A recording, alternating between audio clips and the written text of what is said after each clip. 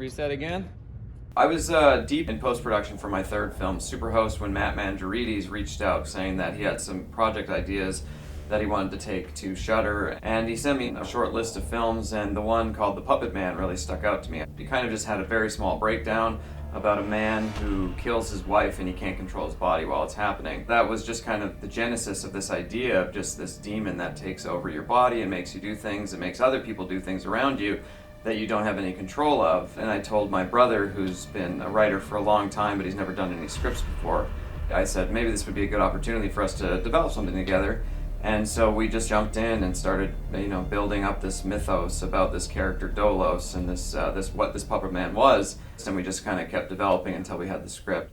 And they sent me the script and I was really excited. I thought it would be really fun to do like a college movie. Playing someone that really wants to start over and build a future for herself and make friends for the first time in her life, like real friends. I feel like we can all relate to that. When I first read the script, my heart started to pound a little bit because I was so excited. Full confession, I don't do well with horror. So when I first read the script, I was scared. I was like genuinely reading the script like. When I saw this, I said, wow, this is very carefully put together. And I always thought, yeah, a serial killer should probably or could very easily be explained as being possessed to a certain extent. I'd never seen a horror movie without seeing like the actual antagonist, which is I guess the demon. It was new to me that this whole Puppetman thing. What I saw in there was a group of friends and a lot of connection that was needed, and so I thought that would be an interesting thing to get into. Once I read it, I was like, oh, this is kind of wild. Like, it reminded me of Final Destination, and I told Brandon, and he was like, yes, that's exactly what I was inspired by. One film in particular that was big when we were kind of coming up with it was Final Destination.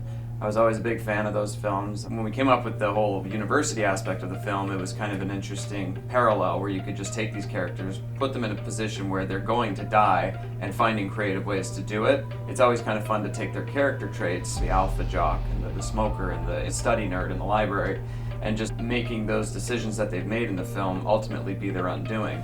I have not died in a movie before. This is the first time. It's been a crazy experience, to live out your own death. That's insane, but it's been very cool because, again, I've always wanted to do stuff like this. And so to be like, okay, we're gonna have blood for this, and this is how you're gonna die, I was like, this is so cool. It was fun. I mean, it was like the worst / last moments of a person's life. All right, cool. Looks great, guys. All right, let's roll it. And I die in the most painful way possible. It's like a slow burn. It was literally. Special effects and hair and makeup were amazing, and everyone was really supportive. It was one of the things that I really had to get in a mental and emotional kind of headspace for. Brandon really directed me through it a lot. We had a huge rehearsal the night before. We spent some time going over it and kind of the little movements and blocking it out. Pull it off, pivot, freeze. Good, stay there. Tilt up. And then we're gonna punch into this. 3, 2, 1, pivot. I think that helped a lot, so that's again another thing. Brandon's been amazing. Brandon has been awesome to work with. He's so fun. He really gets the horror genre. I love how he communicates with all of us as actors, not only with what he wants in the scene, but he tells us what's going on internally with our character. And he'll say it during a take or right before a take, and it's so helpful. There was a scene we shot the other day, and he said, as if you're backing into a cage. Shrink into your cage.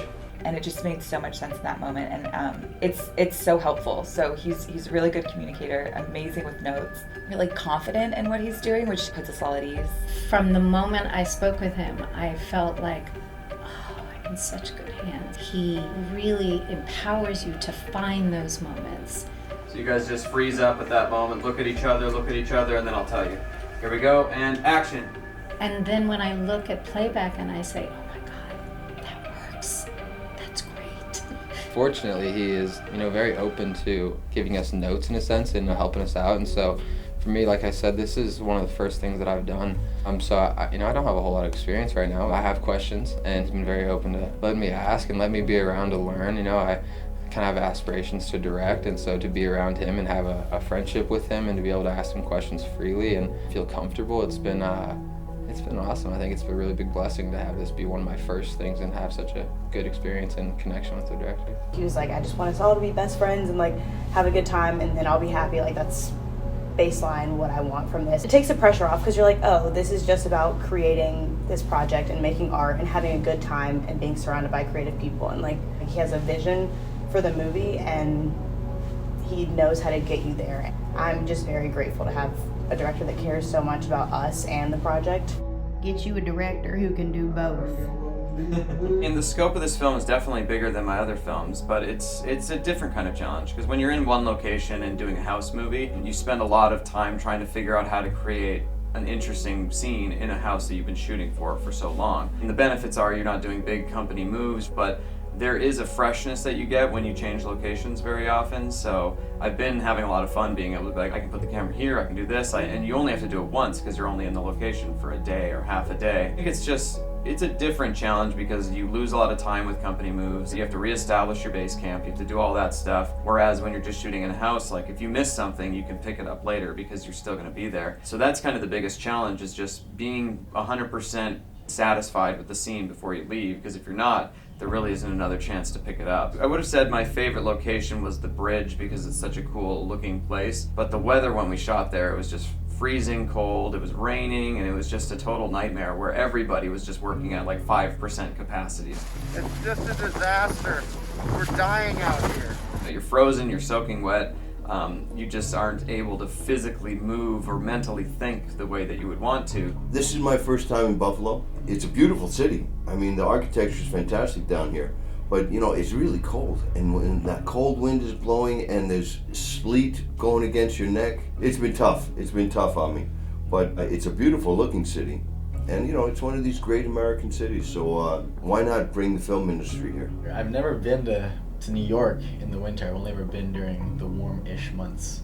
This state is bipolar, very bipolar. It was raining another day, it was snowing the next day. I expected it to be cold, so I wasn't surprised. Some days it's 50, some days it's 10 degrees, so you never know, it's Buffalo. I'm a big fan of horror films. I think the genre really allows you to talk about things through metaphor that otherwise would be like quite cliche or too heavy. I've been a fan of horror films from the very beginning. It's like comedy. If you can scare people, that's magic. And if you can make them laugh, that's magic. And we're in the business of making magic. I've definitely always been a fan of horror films. It's just one of those things where when you have that feeling of being scared, there's a social aspect to it when you can do it with friends. And so you watch horror movies with friends, and it's almost like a high that you're chasing. You're like, oh, I want to find something scary so we can have that visceral feeling. I am a big fan of horror films, actually.